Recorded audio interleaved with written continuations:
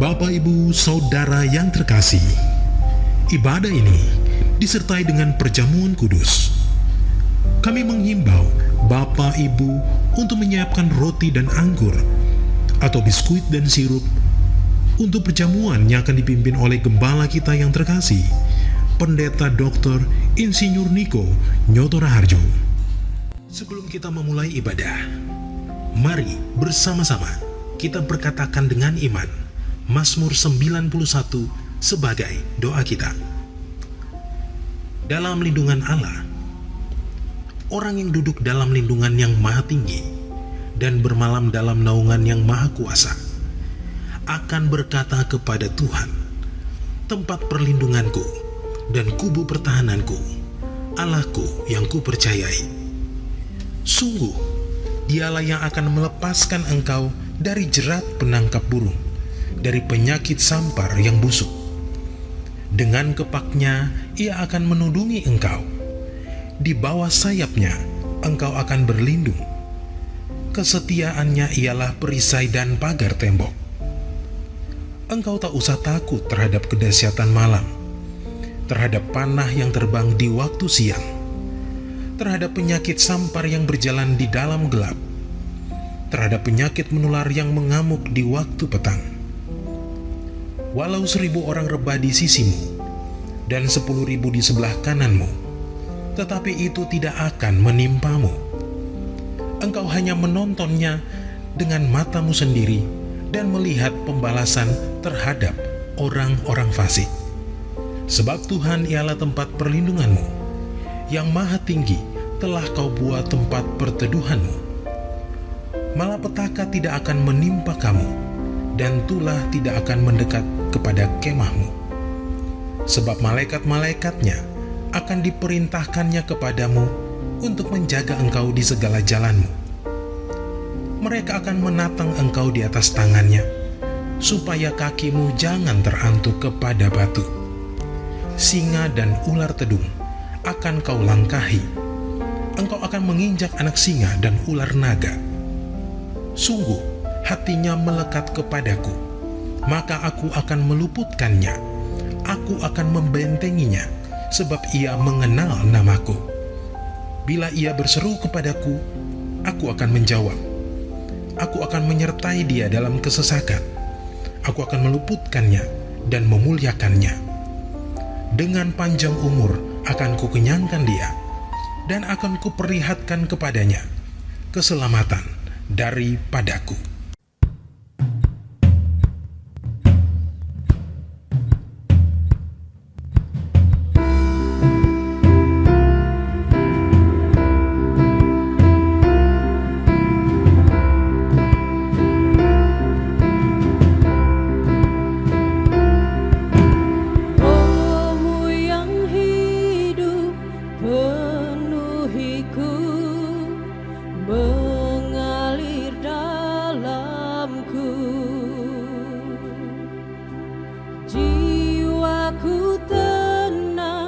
Bersamamu dalam naunganmu, ku buka hati untuk jamahanmu, berserah penuh di hadiratmu.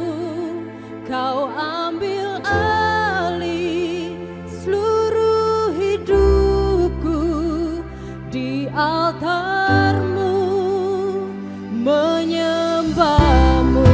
Bersama-sama kita naikkan pujian. Rohmu yang hidup penuhiku.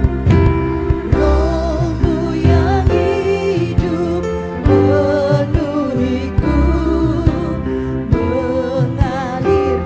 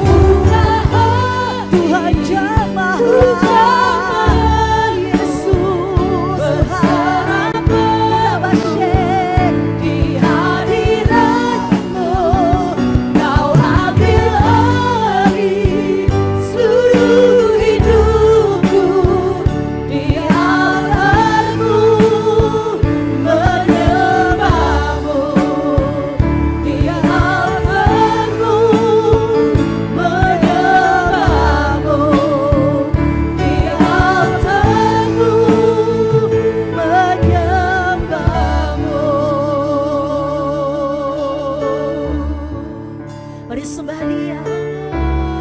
Rohmu yang hidup penuhiku ya Tuhan. Kami rindu kuasa-Mu.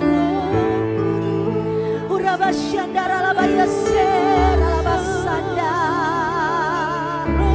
Kami rindu dalam-Mu Tuhan. Mengalir penuhi kami ya Roh Kudus. Mengalir penuhiku ya Tuhan.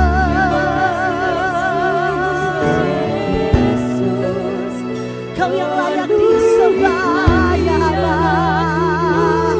Syararabakara, syararaba, yararaba, yararaba, yararaba. Penuhi kami ya Tuhan dengan Roh-Mu. Kami rindu kuasa-Mu. Curahkanlah Tuhan.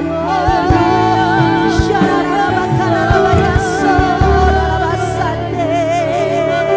Iralaba, syararabakara, labasyera, labaso. Ini waktunya Roh-Mu tercurah ya Tuhan. Kami rindu Engkau ya Roh Kudus.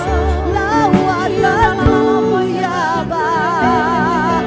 Syararabakara, labasyararabakara, laba. Penuhi hati yang rindu akan Engkau. Jemalah ya Tuhan. Jemalah ya Tuhan. Syararabakara, labasyararabakara, laba. Iralabayasande, yaralabaso. Iralabasaka, yaralabayasera, labasara.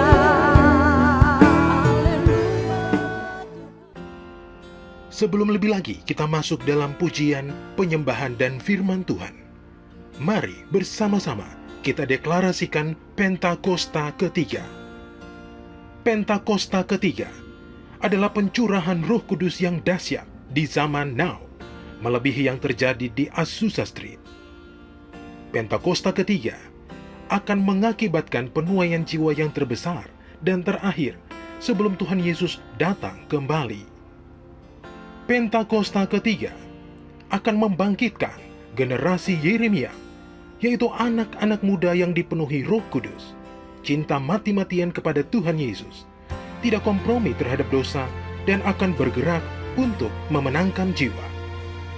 Pentakosta ketiga lahir di Indonesia, yang bergerak ke bangsa-bangsa.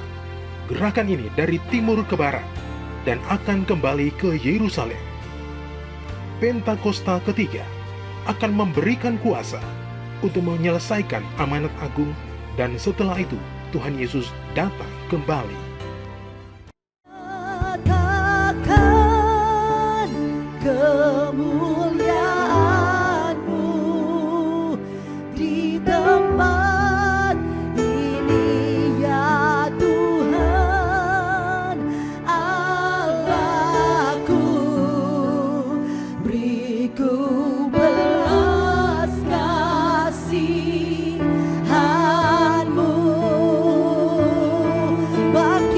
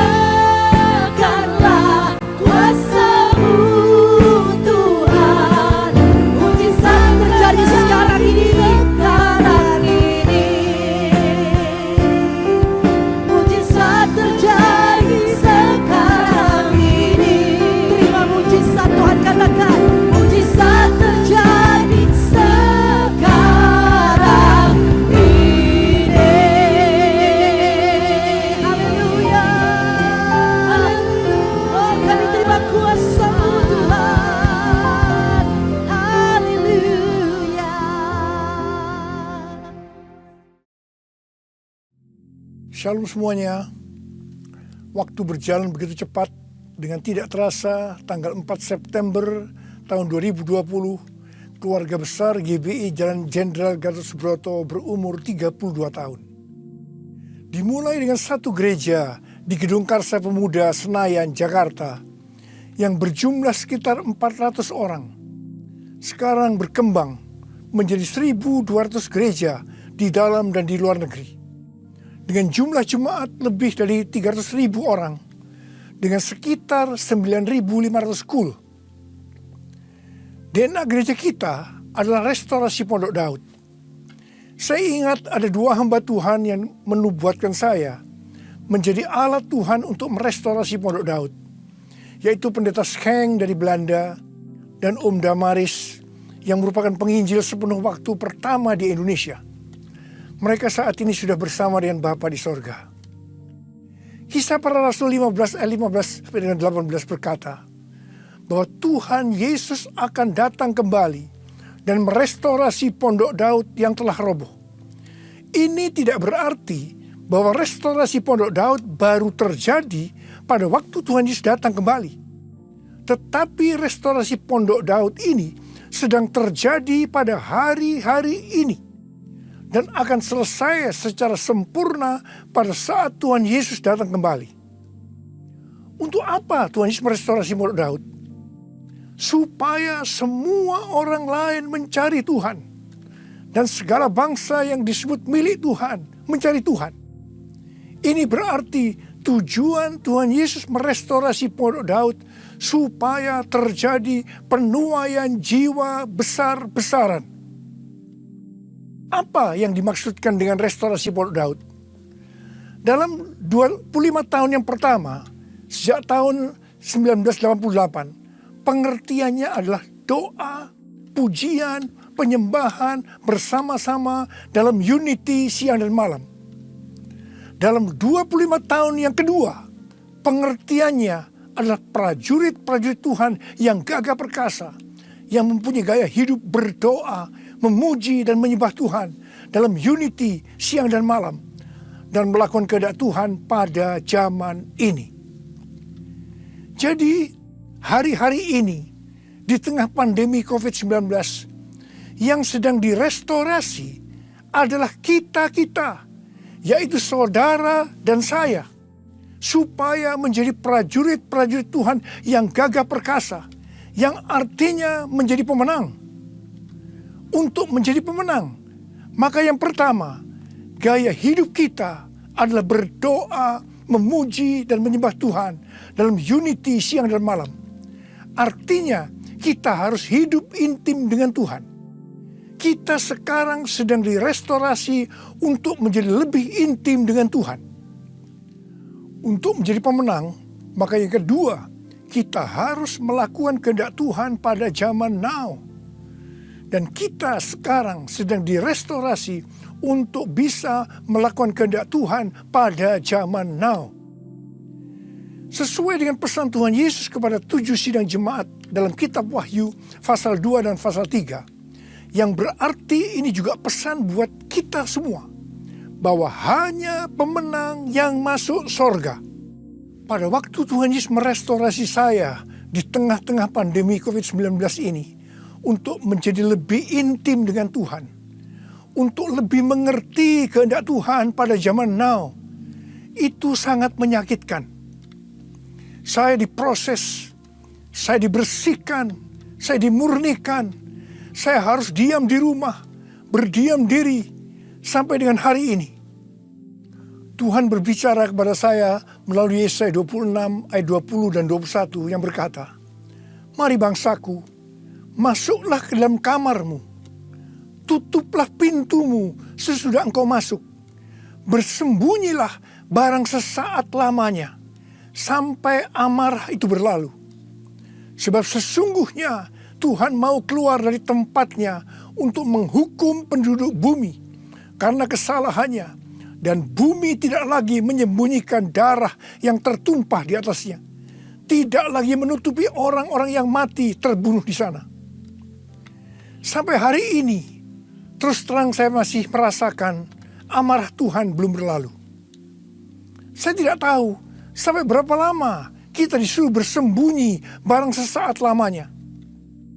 Pasti ada maksud Tuhan menyuruh kita bersembunyi barang sesaat lamanya.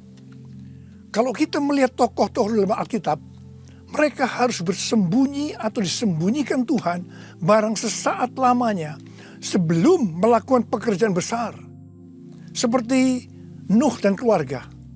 Disuruh bersembunyi oleh Tuhan dalam bahtera selama 1 tahun. Sampai akhirnya Nuh bangkit menjadi bapa atas semua bangsa. Yakub disuruh bersembunyi oleh Tuhan di rumah Laban pamannya ketika harus lari dari Esau. Tetapi 20 tahun kemudian Yakub bangkit dengan keluarga yang baru, kekayaan baru, identitas baru. Dia menjadi Israel, yaitu nama baru untuk umat pilihan Tuhan. Yusuf disembunyikan oleh Tuhan dari usia 17 sampai 30 tahun. Perbudakan dan penjara yang dia jalani menjadi sekolah di mana Tuhan mempersiapkan Yusuf menjadi orang kedua di Mesir setelah Firaun. Musa disembunyikan Tuhan di padang gurun selama 40 tahun. Dan akhirnya Musa tampil untuk membebaskan bangsa Israel dari Mesir. Daud disembunyikan Tuhan selama 15 tahun setelah dia diurapi menjadi raja Israel. Ketika Daud akhirnya naik takhta, dia telah menjadi orang yang berkenan di hati Tuhan. Elia disuruh bersembunyi oleh Tuhan di tepi sungai Kerit. Setelah itu dia sendirian menghadapi seluruh Nabi Baal di Gunung Karmel. Yunus disembunyikan Tuhan dalam perut ikan selama 3 hari 3 malam.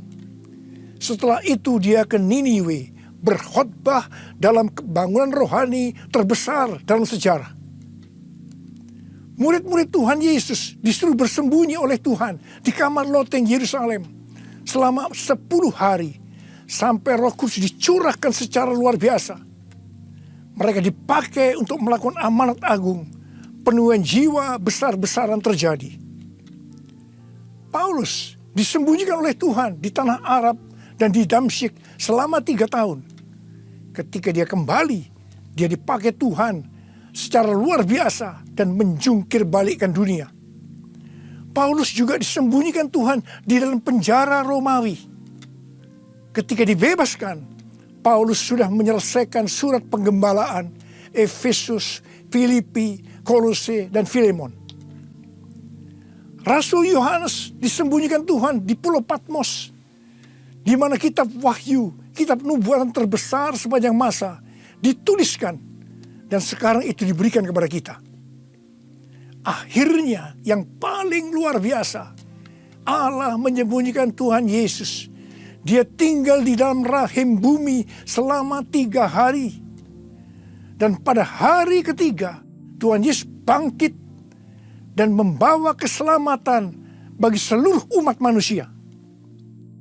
Saya percaya setelah kita, yaitu saudara dan saya, taat waktu disuruh bersembunyi barang sesaat lamanya. Meskipun kita akan mengalami hal-hal yang tidak enak, kebosanan, perasaan takut, khawatir, putus asa. Tetapi pasti setelah itu ada berkat, kuasa, pengurapan double portion yang Tuhan Yesus sediakan. Haleluya! Ke depan ini, Tuhan akan memakai setiap kita sesuai dengan rencananya. Untuk itu, Tuhan menyembunyikan kita barang sesaat lamanya.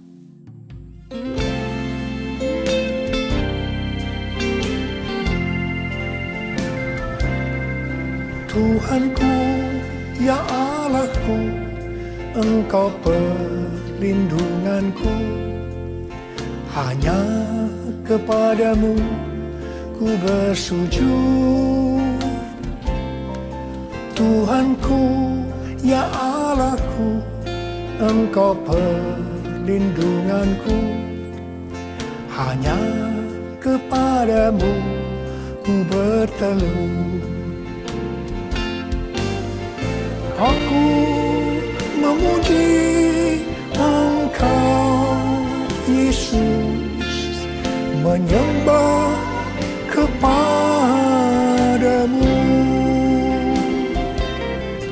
Tuhanku, ya Allahku, Engkau batu karangku, hanya kepadamu ku bersujud.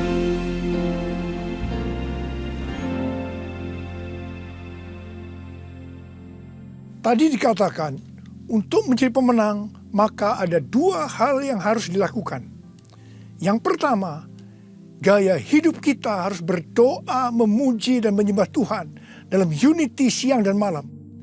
Artinya hidup intim dengan Tuhan. Yang kedua, melakukan kehendak Tuhan pada zaman now. Para ahli teologi sedang mengamati bahwa ada 3 gerakan besar yang sedang terjadi dalam menyelesaikan amanat agung Tuhan Yesus. Gerakan pertama melalui gereja rumah. Kul termasuk di sini. Yang kedua, melalui kesembuhan massal. Gerakan ketiga, penginjilan melalui doa. Penginjilan melalui doa ini adalah restorasi Pondok Daud. Ketiga hal ini sedang kita lakukan hari-hari ini. Pada tanggal 17 Agustus 2020, yaitu pada perayaan ulang tahun Indonesia yang ke-75, kita disuruh oleh Tuhan untuk mengadakan Zoom meeting dengan tema Trumpet Call for All Nations, yang diikuti oleh banyak bangsa-bangsa. Pada waktu itu Tuhan menyampaikan pesan bahwa trompet Tuhan sedang berbunyi untuk memanggil umatnya, bangsa-bangsa, untuk berdoa.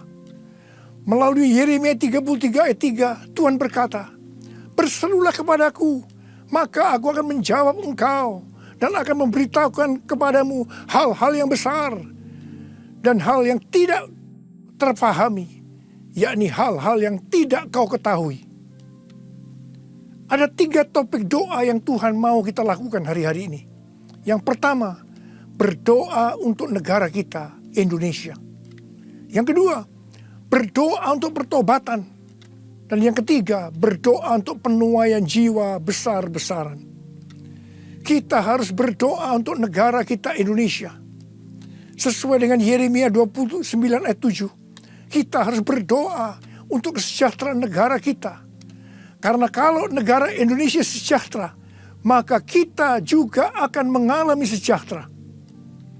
Sesuai dengan Yesaya 48 ayat 18, bahwa kesejahteraan akan terjadi kalau kita memperhatikan perintah-perintah Tuhan. Karena itu, marilah kita berdoa bahwa negara Indonesia akan memperhatikan perintah-perintah Tuhan. Sesuai dengan yang terdapat dalam 2 Tawarikh 7 ayat 13 dan 14 yang berkata, kalau kita melihat Tuhan menutup langit sehingga tidak ada hujan, kalau kita melihat Tuhan menyuruh belalang memakan habis hasil bumi, ini berbicara tentang resesi ekonomi. Kalau kita melihat Tuhan melepaskan penyakit sampar di antara umatnya, ini berbicara tentang COVID-19. Maka Tuhan meminta kepada kita untuk merendahkan diri, berdoa, mencari wajah Tuhan, dan berbalik dari jalan-jalan yang jahat. Kalau kita melakukan ini, maka Tuhan akan mendengar dari sorga. Tuhan akan mengampuni dosa-dosa kita. Dan Tuhan akan memulihkan negeri kita, Indonesia, dari pandemi COVID-19 dan resesi ekonomi. Kita juga harus berdoa untuk penuaian jiwa besar-besaran. Sebelum terjadi penuaian jiwa besar-besaran, selalu didahului dengan kebangkitan doa. Sebelum Roh Kudus dicurahkan di kamar loteng Yerusalem 2000 tahun yang lalu, yang disebutkan sebagai Pentakosta pertama, maka murid-murid Tuhan Yesus semua bertekun dengan sehati dalam doa bersama-sama, yang artinya mereka berdoa, memuji dan menyembah Tuhan dalam unity siang dan malam. Ini adalah prinsip restorasi Pondok Daud. Hal ini juga terus dilakukan setelah Roh Kudus dicurahkan. penuaian jiwa besar-besaran terjadi. Amin. Demikian pula pada waktu Roh Kudus dicurahkan di Azusa Street yang disebutkan sebagai Pentakosta kedua. William Seymour yang memimpin doa. Semua bertekun dengan sehati dalam doa bersama-sama. Dan penuaian jiwa besar-besaran juga terjadi. Tahun 2013, Tuhan berbicara kepada saya bahwa pencurahan Roh Kudus yang terjadi di zaman now disebutkan sebagai Pentakosta yang ketiga. Sejak saat itu, saya terus berdoa untuk kebangkitan doa di Indonesia. Karena pencurahan yang dahsyat dari Roh Kudus di era Pentakosta ketiga akan terjadi setelah terjadinya kebangkitan doa. Tahun 2020, ketika terjadi pandemi COVID-19, yang luar biasa, terjadi juga kebangkitan doa antar denominasi di Indonesia. Menurut bilangan Research Center, 83,8% gereja-gereja di Indonesia ikut dalam kegerakan doa ini. Haleluya! Selain itu, pada tanggal 8 Juli sampai dengan 17 Agustus 2020, ada acara doa pujian penyembahan 24 jam sehari, 7 hari seminggu, selama 40 hari. Dan dilakukan pergantian tugas setiap 2 jam. Acara ini diikuti oleh gereja-gereja antar denominasi di seluruh Indonesia. Dan ini belum pernah terjadi sebelumnya. Bagi saya, semua ini merupakan tanda bahwa pencurahan Roh Kudus yang dahsyat dari Pentakosta ketiga akan terjadi. Kalau kita melihat Pentakosta pertama, demikian juga dengan Pentakosta kedua, itu selalu dimulai dengan doa, pujian, dan penyembahan siang dan malam, yang berarti ini adalah penggenapan restorasi Pondok Daud. Hal ini juga terjadi pada Pentakosta ketiga.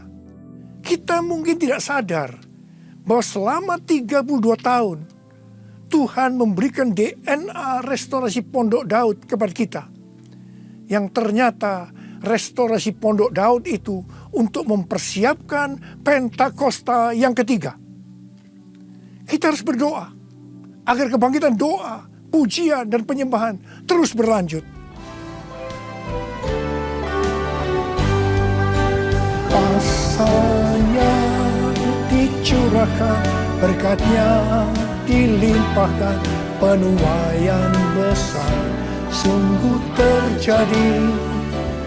Segala bangsa akan datang menyembah Yesus Tuhan, kemuliaan Tuhan telah turun. Kuasa-Nya dicurahkan, berkat-Nya dilimpahkan, penuaian besar sungguh terjadi. Segala bangsa akan datang menyembah Yesus Tuhan, kemuliaan Tuhan telah turun. Kemuliaan Tuhan telah turun.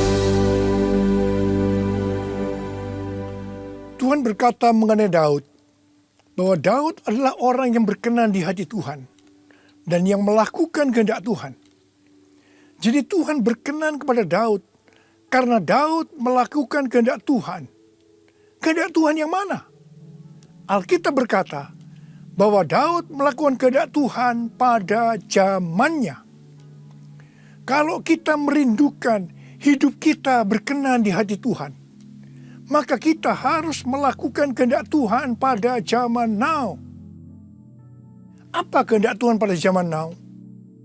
Yang pertama, pada waktu Tuhan Yesus ditanya oleh murid-muridnya tentang tanda kedatangannya dan tanda kesudahan dunia, salah satunya Tuhan Yesus menjawab dari Matius 24 ayat 14 yang berkata, dan Injil kerajaan ini akan diberitakan di seluruh dunia, menjadi kesaksian bagi semua bangsa. Sesudah itu barulah tiba kesudahannya. Tuhan Yesus akan datang kembali setelah Injil kerajaan diberitakan ke seluruh dunia, menjadi kesaksian bagi semua bangsa. Tuhan Yesus pasti datang kembali. Yang percaya katakan amin.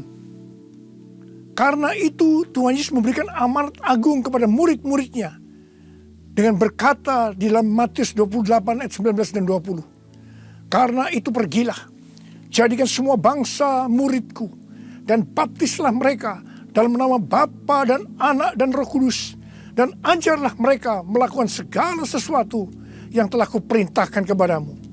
Dan ketahuilah, aku menyertai kamu senantiasa sampai kepada akhir zaman. Tuhan Yesus memberikan tugas kepada kita untuk menyelesaikan amanat agung dengan kuasa dari Roh Kudus. Ini kehendak Tuhan pada zaman now. Yang kedua, kehendak Tuhan pada zaman now adalah sebagai berikut. Dari tanggal 19 September tahun 2020 sampai dengan 7 September 2021, menurut kalender Ibrani, kita memasuki tahun 5781 yang disebutkan dengan P Alef. P Alef artinya 81. P menggambarkan sebuah mulut, di mana peranan mulut adalah untuk memuji, meninggikan, mengucap syukur kepada Tuhan, melepaskan berkat, bukan dipakai untuk berbicara hal-hal yang kotor, gosip, porno, kepahitan, menjalikan orang lain, hoax, dan lain-lain. Alef adalah angka 1. Suatu permulaan yang baru. Yohanes 1 ayat 1 berkata, pada mulanya adalah firman. Firman itu bersama-sama dengan Allah. Dan firman itu adalah Allah. Jadi memasuki tahun P Alef, mari kita berjanji kepada Tuhan untuk menggunakan mulut ini hanya untuk berbicara tentang firman Tuhan. Ini adalah kehendak Tuhan pada zaman now, yaitu menggunakan mulut ini hanya berbicara tentang firman Tuhan. Saudara yang mau melakukan katakan amin. Mari kita yang mau melakukan ini, kita ikrarkan janji kita ini dengan menyanyikan lagu ini.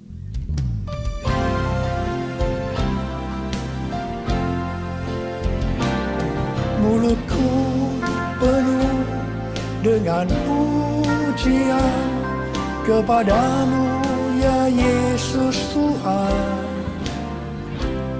Sepanjang hari ku beri penghormatan kepadamu ya Allahku.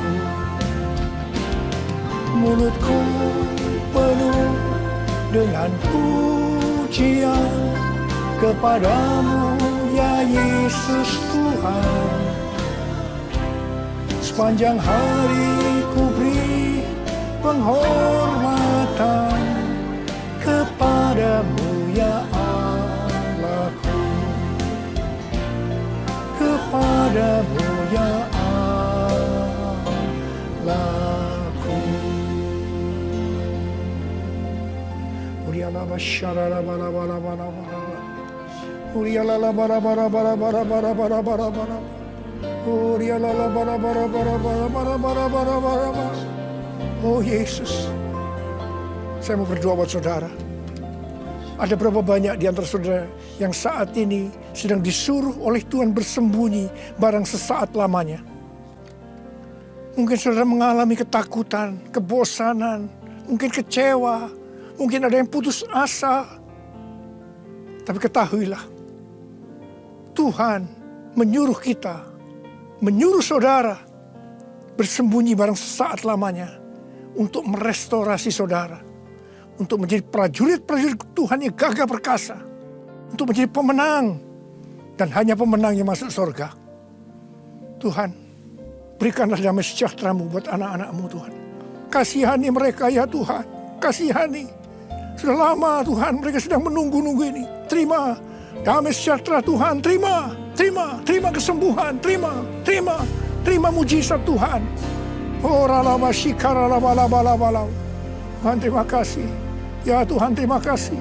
Tuhan terima kasih. Tuhan terima kasih. Terima kasih Tuhan. terima kasih. Dalam nama Yesus. Amin. Mari kita akan masuk ke dalam perjamuan kudus. Kita akan mengingat ayat ini.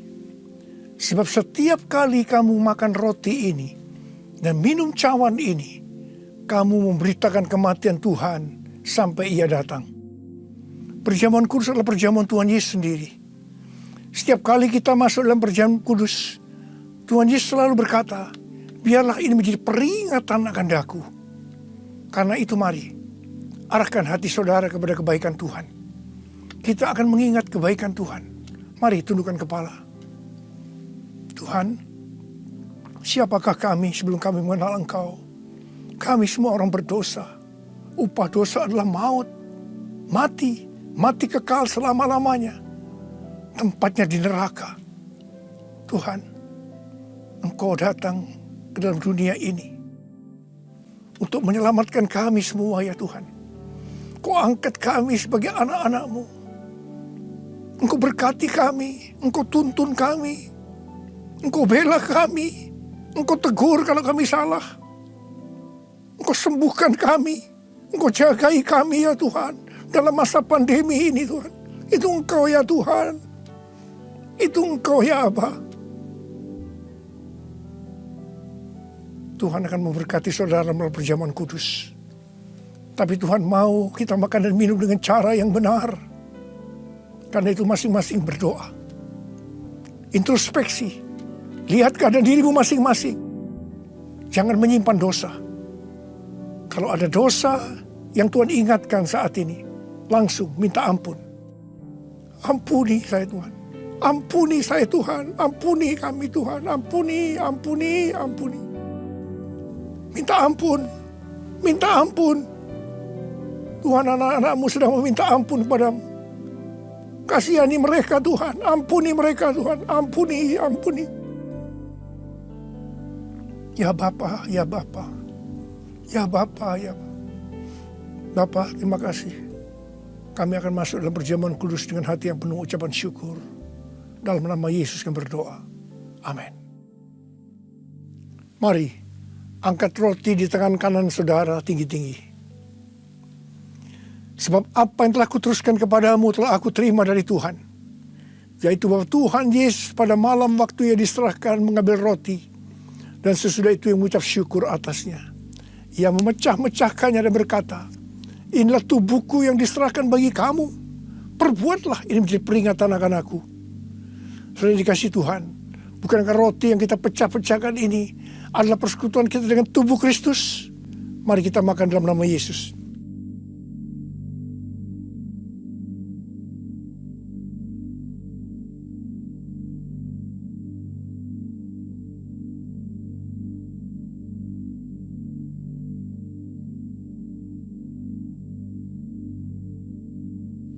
Mari, angkat cawan di tangan kanan saudara tinggi-tinggi. Demikian juga Ia mengambil cawan sesudah makan lalu berkata, cawan ini adalah perjanjian baru yang dimeteraikan oleh darahku. Perbuatlah ini setiap kali kamu meminumnya, jadi peringatan akan aku. Sudah dikasih Tuhan. Bukankah cawan pengucapan syukur yang atasnya kita ucapkan syukur adalah persekutuan kita dengan darah Yesus? Mari kita minum dalam nama Yesus.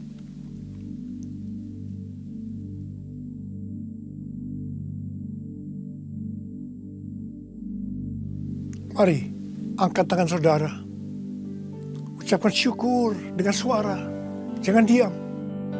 Tuhan terima kasih. Tuhan terima kasih. Kami bersyukur ya Tuhan. Buat kebaikan-Mu ya Tuhan. Kami bersyukur ya Tuhan. Kami bersyukur ya Aba. Kami bersyukur. Terima kasih ya Tuhan, terima kasih. Terima kasih Yesusku. Terima kasih Yesusku. Puji syukur hanya bagi Tuhanku. Terima kasih Yesusku. Terima kasih Yesusku. Puji syukur hanya bagi Tuhanku.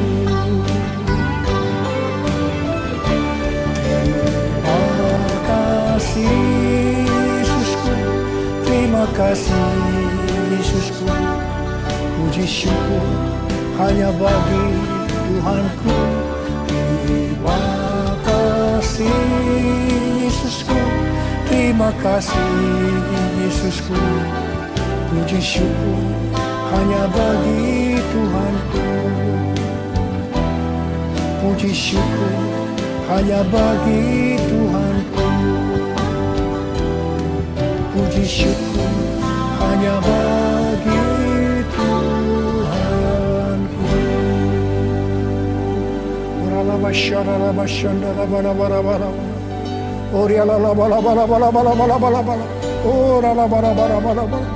Oh Yesus, Yesus, Yesus, Yesus, Yesus, Tuhan Yesus, Tuhan Yesus, Tuhan Yesus. Angkat tangan saudara, terimalah berkat Tuhan. Kasih karunia yang berlimpah-limpah daripada Allah Bapa dalam anak yang tunggal Yesus Kristus. Persekutuan yang manis dengan Roh Kudus menyertai saudara sekalian mulai hari ini sampai Tuhan sudah datang menjemput kita di awan-awan dan bahkan sampai selama-lamanya. Yang percaya bersama-sama katakan amin.